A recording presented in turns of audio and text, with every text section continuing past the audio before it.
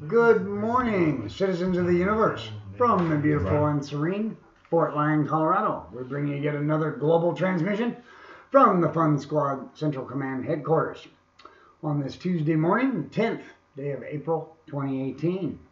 If you are receiving this transmission, that means you are the Fun Squad. Thank you for joining us and welcome. The sunrise today was at 6:23 a.m. It was beautiful. The sunset is going to be at 7:24 p.m. It's currently 9:18 a.m. and the temperature is a balmy 48 degrees in Los Angeles, Colorado. And I'm really having fun playing with the software. So thank you for spending some time with me this morning. Since my last transmission to you, it's been a fun squad schedule as usual. It rained Saturday and Sunday mostly, all day and all night. But we need the moisture, and so that's great. I'm glad that we're getting some needed moisture. Let's see. Saturday night I watched the movie Titan, although I did not make it all the way through it because I fell asleep. So it started off pretty good. Can't remember the guy's name. It was the same guy that played in Avatar. And it was kind of sort of this, well, not the same thing, but started off the same way. They're going to another planet. They're going to Titan, which is a moon of the largest moon of Saturn, and it's got methane for an atmosphere, or yeah. And so they were altering their DNA, their genetics, to make them be able to live there because we have destroyed the Earth. So started off pretty good, but like I said, I didn't get to finish it. So I will finish it one of these days. Sunday, I went to Church of Wiley for church services in the morning, Bible study in the morning. And then I went back again at 4 p.m. for the Bible study and the dinner. We had spaghetti and garlic bread and salad and peach cobbler.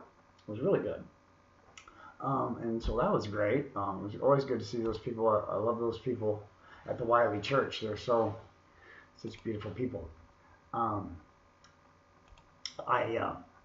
had some other news for you. So I bought a bike, and so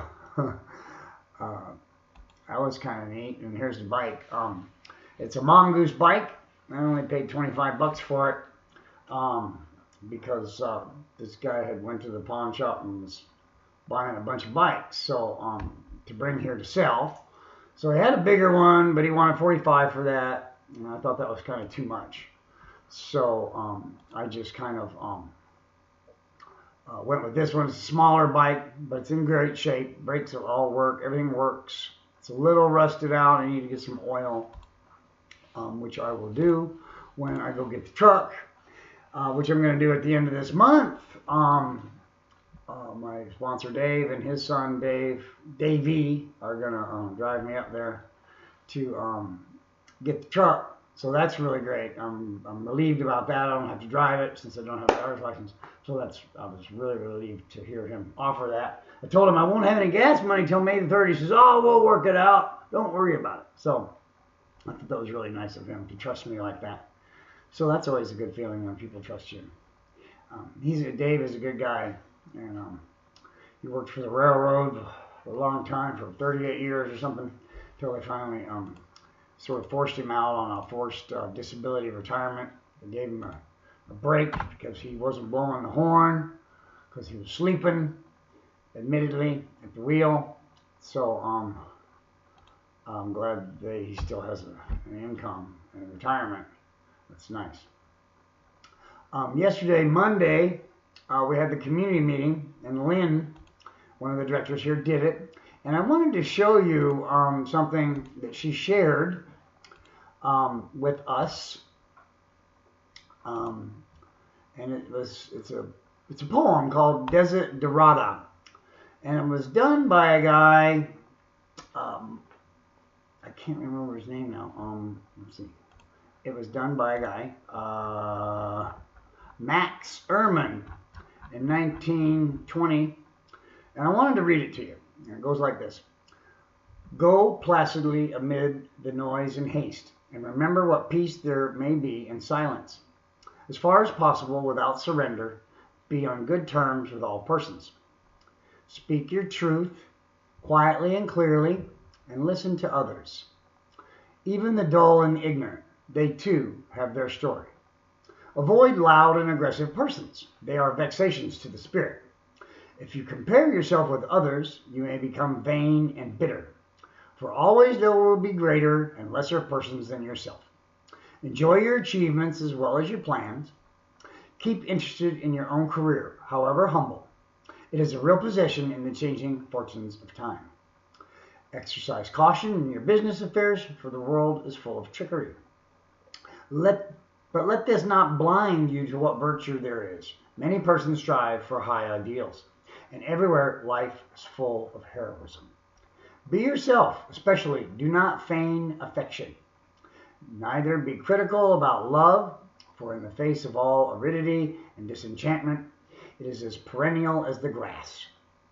Take kindly the counsel of the years, gracefully surrendering the things of youth. Nurture strength of spirit to shield you in sudden misfortune. Do not distress yourself with dark imaginings. Many fears are born of fatigue and loneliness. Beyond a wholesome discipline, be gentle with yourself. You are a child of the universe, no less than the trees and the stars. You have a right to be here. And whether or not it is clear to you, no doubt the universe is as unfolding as it should. Therefore, be at peace with God, whatever you conceive him to be. And whatever your labors and aspirations, in the noisy confusion of life, keep peace with your soul. With all its sham, drudgery, and broken dreams, it is still a beautiful world. Be cheerful. Strive to be happy. And that was written in 1952 by Max Ehrmann, and I thought that was really kind of neat. Neat saying of Lynn to bring that up. I've heard that before. I heard it in a I'd heard it in an AA meeting or an NA meeting, something, and I just thought it was really neat. So I wanted to share that with you. Today I plan on going into town with my friend Adam, who has a vehicle. He wants to get some more CDs. I've been burning music for him. He's a super nice guy. He's a young kid. I call him a kid. He's probably maybe 26 or 27. But he's a super nice guy, and he paid me $10 to burn him some music, and so I've been busy doing that for him. He likes his music. He's got to put it on a CD because his little stereo system in his vehicle doesn't work right for Bluetooth and all that. So we're doing CDs for him. So let's see. I'm trying to think what else I had for you. I'm looking at my notes here. I don't really have anything else. Oh, I did want to mention one last thing. So, you know, it's like the third time I've heard this. I hear this in meetings all the time. This usually comes from girls, but everybody's always talking about how they're so happy and they're on this pink cloud and, you know, all this stuff, and they're doing great, and I feel like I'm on a pink cloud. That's all I hear. And I'm like, pink cloud, pink cloud, pink cloud. All I hear is about this pink cloud. And I want to be on this pink cloud because I have been on a lot of clouds, but never a pink one. Well, maybe I have, but that's a subject for another day. This is a family show, so we got to keep it clean. You know what I mean? So,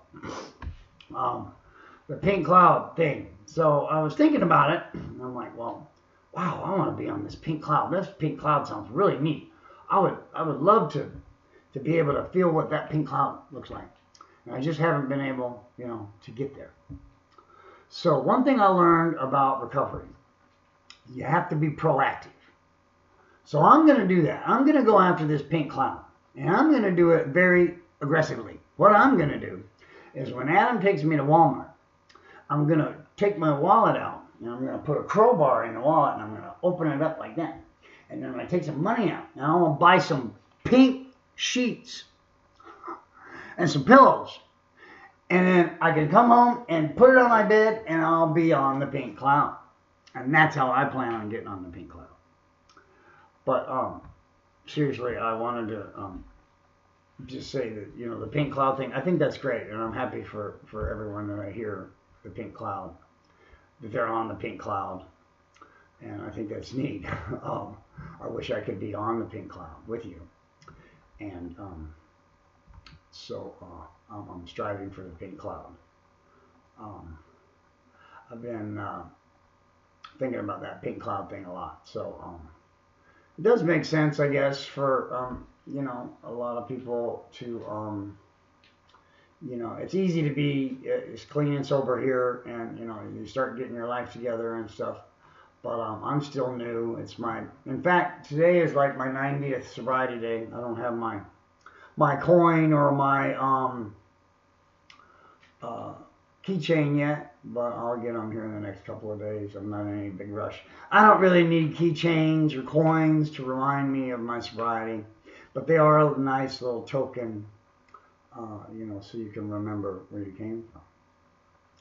I was really proud of myself the other day. I had a friend who we like to stargaze together, and I won't mention any names, and so he wanted to smoke some pot. He had gotten some pot.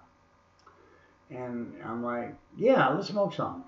At first I said that. And then I thought about it a little while, and I'm like, I can't do that. I just can't do that. And I told him, I said, listen, I have to be true to myself. I don't personally see anything wrong with marijuana usage, but I'm in recovery. And if I smoke some weed, then I'm going to think, well, next week it's okay to get a bottle, because it's just a little one. And I just have to stay, I told him I have to stay true to myself. And that would just ruin my sobriety thing, and I'd have to start all over, and I'd go up and get my 90-day coin knowing that I didn't earn the coin. And I want to earn the coin, you know. So so that's why I said no. And so I was really proud of myself afterwards, and he was too. He was like, wow, I'm really glad you told me that. I don't know as if he's really serious about recovery. I think a lot of the guys are just here sort of to, you know, make excuses and say, oh, well, there's nothing wrong with weed. You know, I don't consider weed a drug. You know, and so that's great for them, but it doesn't work for me. Like I said, weed is not really my thing, but at the same time, you know, if I start doing weed, then I'm going to want to be smoking it every day. And then I'd be stressing out, oh, are they going to UA me or something? I mean, they hardly ever UA anybody unless they suspect something. But you never know what they're going to do. And then I'd be waiting, oh, is it 30 days yet? Is it 30 days up? Because, you know, I need to get clean so in case they UA me. And then I'd just be stressed. And so it's not worth it. You know, it just ruined my whole thing. So just wanted to share that with you. And so that's all I have today for you boys and girls. Thank you for spending some time with me and listening to me rant and rave. And I will talk to you all in a couple of days. I love you all very much. And thanks for all your kind words and your prayers and your Facebook comments and your views on my YouTube channel. And thank you all, and I love you. Okay? I'll talk to you all later. Bye-bye.